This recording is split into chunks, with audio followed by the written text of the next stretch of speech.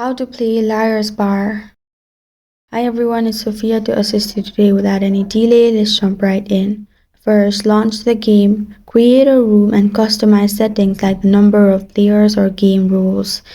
Each player gets virtual dice. The game involves making bets on how many dice of a specific value are on table.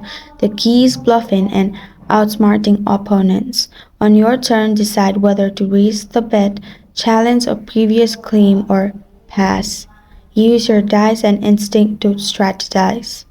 The goal is to avoid losing all your dice, call bluffs, or make bold claims to outlast your opponents and win the game.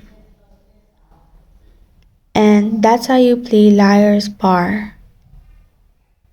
Thank you for joining me today. If this video helps you out, please leave a like and subscribe for more. Got a question or want to suggest a topic? Comment below, and Sophia signing off until next time.